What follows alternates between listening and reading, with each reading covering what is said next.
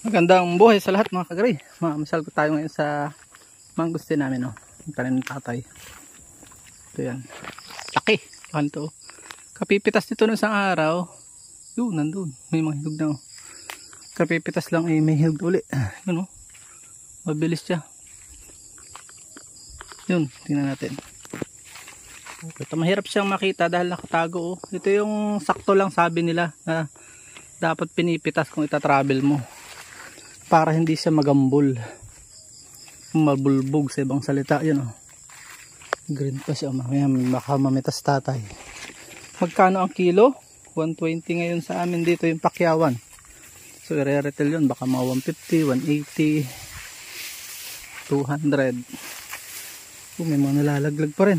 May hinog na. Nalalaglag pa. So ayan, oh. Hinog na yan. Pwede na yung pitasin mamaya. Marami na ulit pipitasin sa tatay. Kita nyo, sayad sa lupa, oh. Ito, nabulbog ng mga tupa. Kaya ako nag-alis na yun, oh. Inaabot ko lang, oh. Ito'y minsan hindi hinahagdanan, sinusungkit lang. May pangsiho. Yun, oh, ito sayad sa lupa. Grabe, oh. Sayad sa lupa. Ang bunga nagtatago. So yan, oh. Ilang araw bago mahinog ito? Yung common na tanong. Ilang araw daw bago mahinog ang mangustin. Ang mangustin po ay tropical fruit. Kasama siya sa mga rambutan, kasamahan ng mga lansones. Same din lang po siya ng paghinog. Ang common observation ko, to be exact sa inyo, wala namang definite na araw. Bakit parang may lulumbo yata dito? Pag nagbabahaya ng lulumbo ay naglalaro sa 120 to 150 days. You know. Meron pa dito eh. Marami pa dito. Silipin ko ngayon nandito. Kung hinog na. Kung napitas ni tatay. Dahil po, tawag dito, nabulaklak po siya ng Mayo. Magkakatapusan ng Mayo. So mag-count na lang tayo ng June, July, August, September. So yan. 90 to 150 days. Hindi ko ma-exact sa inyo. Ang sagot doon is depende sa maturity ng halaman. Yung may hinog na uling dragon. Mapitas ko pa kaya ito. Hirap tayog. Depende sa taba ng lupa yung pagbilis ng paghinog ang mangustin. Tingnan natin dito yung mga bagong namumunga. Kita nyo. 6 years old ito. Ngayon ay 7 na. Unang taon na munga ay 6 years. So average po 7 years talaga namumunga. Yun, oh, kita nyo. Bunga na siya. Sa una po maliliit ang bunga. Nakukunti lang. Yan, mga lansones pinatay ko na. Para siya malantad. Oh. Para nasa 5 na ngayon. Dati 3 lang yung namumunga. 5, 6 ganyan. Ayun, oh. May bunga. Yun, may bukol. May dinikitan pa ng dragon fruit, oh. Tanggal tayo ng petals para huwag mabulok. Mabuno ulit. Ganyan yung buhay ko dito sa bukid.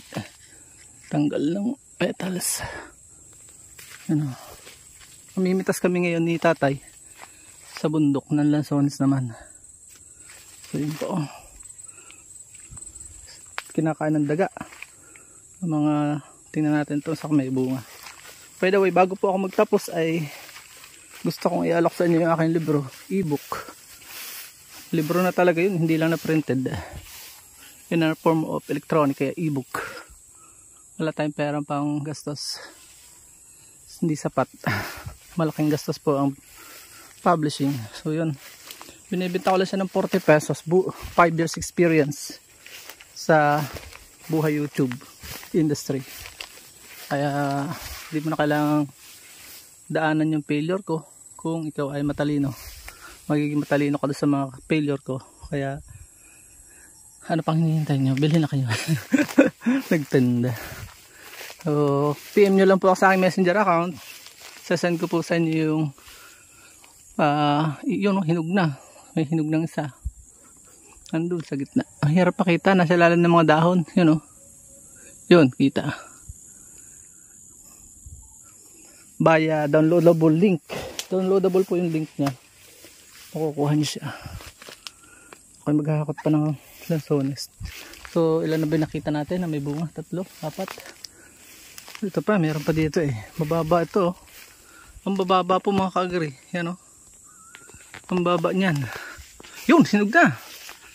2. I-offering ko muna siya dahil ko konti naman.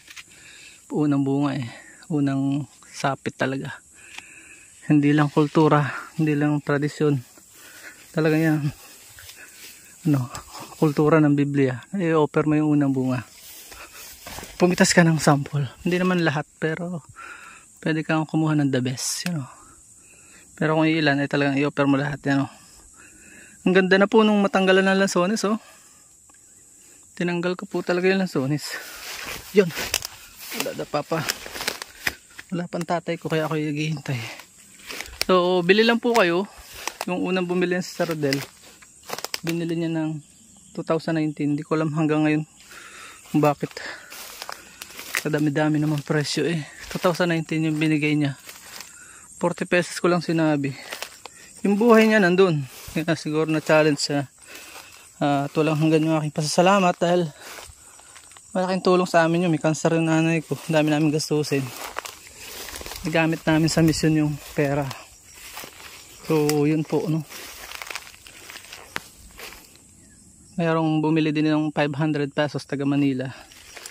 Ganun din yung paliwanag ko. Pwede naman magpalabis.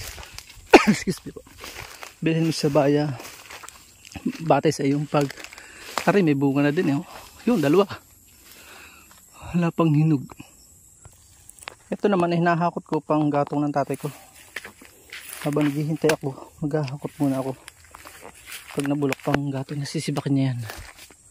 So yun nakakatuwa talaga ang mangustin. So mahal nga lang pananim po niyan. Ang bili ko ay 450. 10 years old naman na po yun. Kaya hindi ka nalugi. So yun lang, binigyan ko lang kayo idea. Maganda po ang mangustin nag-average po ng 90 to 150 days. Naglalaro doon. Depende sa taba. Depende sa weather. Pag ulan, init ulan, mas mabilis, mahinog. Para ding rambutan. Sumasabay sa rambutan. Mag-e-end dyan ng October yung pamimitas. Yun, po, nalaglagan pa tayo ng isa. Kailangan man ipitas ko na to. Nalaglag, sayang.